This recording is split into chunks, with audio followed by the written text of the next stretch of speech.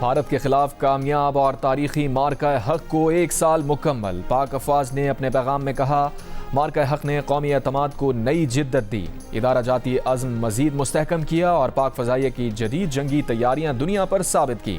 پاک فضائیہ جدید ٹیکنالوجی، اسمارٹ سسٹمز، نیش اور ڈسرپٹیو صلاحیتوں کے ذریعے مستقبل کی فضائی قوت کے طور پر ابھر رہی ہے۔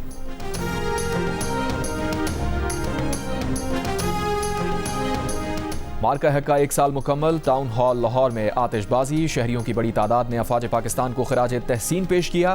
پاک فوج کے حق میں نعرے، ملی نغمے اور قومی ترانے بھی پیش۔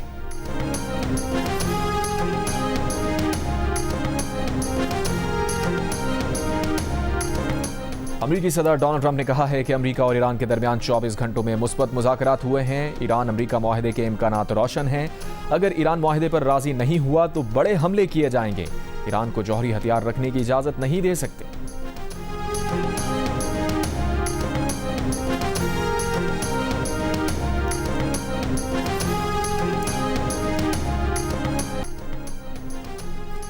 اسرائیلی وزیر اعظم نتنیاہو نے کہا ہے کہ امریکہ اور اسرائیل کے مقاصد مشترکہ ہیں۔ سب سے اہم مقصد افزودہ یورینیم ایران سے نکالنا ہے۔ ایران کی یورینیم افزودہ کرنے کی صلاحیت کو ختم کرنا بھی ہمارا مقصد ہے۔ وہ آج صدر ٹرمپ سے بات کریں گے۔ اسرائیلی وزیر اعظم کا متحدہ عرب امارات کے صدر شیخ محمد بن زاید ال نہیان کو فون، کہا یو اے ای پر ایرانی حملے قابل مذمت اور علاقائی استحکام کے لیے خطرہ ہے۔ چین کا امریکہ ایران مکمل جنگ بندی پر زور، تنازع کے دوبارہ آغاز کو ناقابل قبول اور مذاکرات کے تسلسل کو اہم قرار دے دیا۔ فریقین پر آبنائے ہرمز سے معمول کی آمد و رفت بحال کرنے پر بھی زور۔ چینی وزارت خارجہ نے کہا، پرامن مقاصد کے لیے جوہری توانائی کا حصول ایران کا حق ہے۔ چین ایران کا قابل عمل اعتماد اسٹریٹجک شراکت دار ہے۔ بیجنگ میں ایران کے وزیر خارجہ عباس عراقچی کی چینی ہم منصب وانگ ہی سے ملاقات۔ چینی وزیر خارجہ نے کہا، علاقائی استحکام کے لیے جامع جنگ بندی ناگزیر ہے۔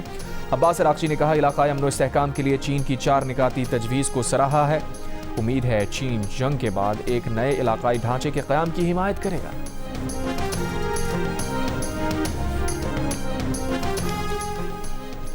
ایرانی وزیر خارجہ عباس عراقچی کی سعودی ہم منصب فیصل بن فرحان سے ٹیلی فونک گفتگو۔ بات چیت کے دوران کشیدگی میں کمی، سفارتکاری اور علاقائی تعاون جاری رکھنے کی ضرورت پر زور دیا گیا۔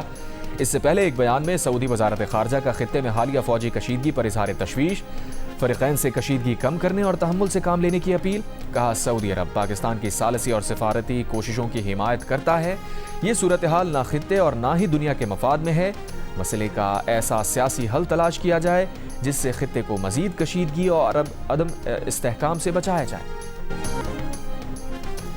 یو اے ای وزارت خارجہ نے کہا ہے کہ ایران کے جارحانہ بیانات کی مذمت کرتے ہیں۔ بین الاقوامی اور دفاعی شراکت داروں کے ساتھ تعلقات ہماری خود مختاری کا معاملہ ہیں۔ کسی بھی خطرے کا مقابلہ کرنے کے لیے تمام قانونی، سفارتی اور عسکری حقوق محفوظ رکھتے ہیں۔ اس سے پہلے منگل کو ایرانی وزارت خارجہ نے امارات پر ڈرون اور میزائل حملوں کی تردید کرتے ہوئے کہا تھا کہ ایران کی دفاعی کارروائی خصوصی طور پر صرف امریکہ کے خلاف تھی۔ ایران کے فوجی ترجمان کا کہنا تھا، امارات نے ایران کے خلاف کارروائی کی تو سخت جواب دیا جائے گا۔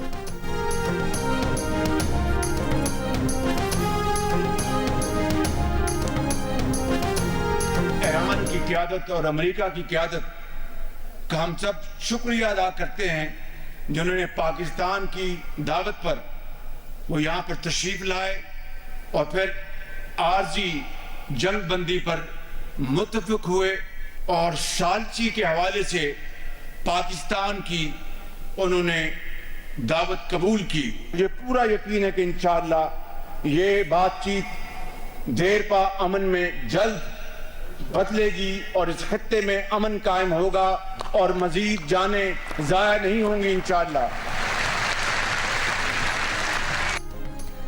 خطے اور دنیا میں امن کے لیے پاکستان نے اپنا کردار ادا کیا ہے اور کر رہا ہے۔ امید ہے جاری بات چیت دیر پا امن میں تبدیل ہوگی، خطے میں امن ہوگا اور مزید جانیں ضائع نہیں ہوں گی۔ وزیر اعظم شہباز شریف کا اسلام آباد میں بین الاقوامی پیغام اسلام کانفرنس سے خطاب۔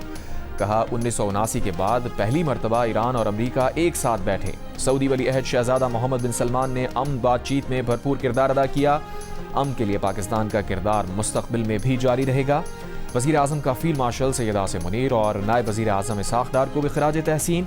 کہا، فیلڈ مارشل نے فریقین کو ایک میز پر بٹھایا، ان کی کوششیں اب بھی جاری ہیں۔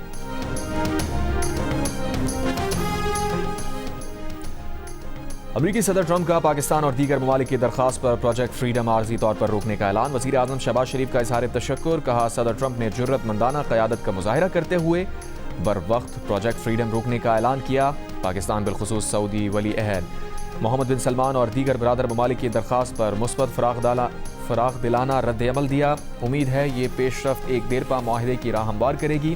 پاکستان تنازعات کے پرامن حل، تحمل، مذاکرات اور سفارتکاری کی تمام کوششوں کی حمایت کے لیے پرعزم ہے۔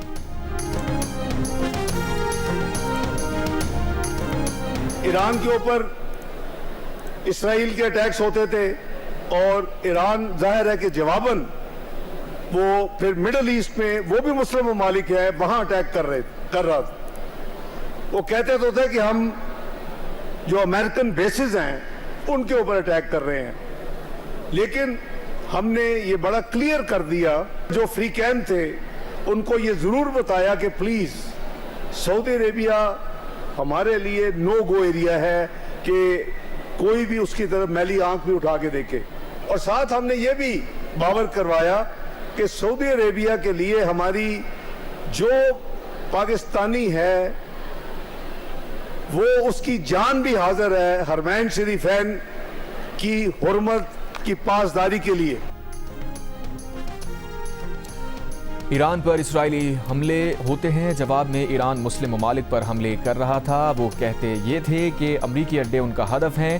نائب وزیر اعظم و وزیر خارجہ اسحاق ڈار کا بین الاقوامی پیغام اسلام کانفرنس سے خطاب، کہا پاکستان نے کوشش کی کہ یہ سب بند ہو، ساتھ ایران کو یہ بھی باور کرایا کہ سعودی عرب کے لیے پاکستانیوں کی جان بھی حاضر ہے۔ فریقین کو باور کرایا کہ پاکستان کے لیے سعودی عرب نو گو ایریا ہے، کئی اس کی طرف میلی آنکھ سے نہ دیکھے۔ پاکستان اور سعودی عرب کا دفاعی معاہدہ اہم سنگ میل ہے۔ اسحاق ڈار نے مزید کہا، ایران پر حملہ ہوا تو پاکستان نے بھرپور کردار ادا کیا، فریقین میں سیز فائر کروائی۔ اب کوشش یہ ہے کہ امریکہ اور ایران کے درمیان سیز فائر مستقل جنگ بندی پر ختم ہو۔ امت کے مفادات کا تحفظ پاکستان کی ترجیح ہے۔ سعودی عرب سمیت تمام مسلم ممالک سے اچھے تعلقات چاہتے ہیں۔ مارکہ حق میں اللہ تعالیٰ نے پاکستان کو سرخرو کیا، پاکستان کو کوئی میلی آنکھ سے نہیں دیکھ سکتا۔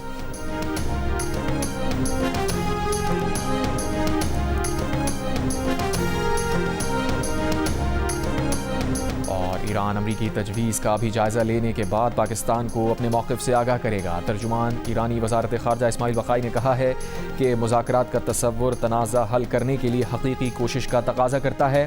مذاکرات کا مطلب محض بحث و تکرار، ڈکٹیشن، دھوکہ دہی، بلیک میلنگ یا جبر نہیں، نیک نیتی ضروری ہے۔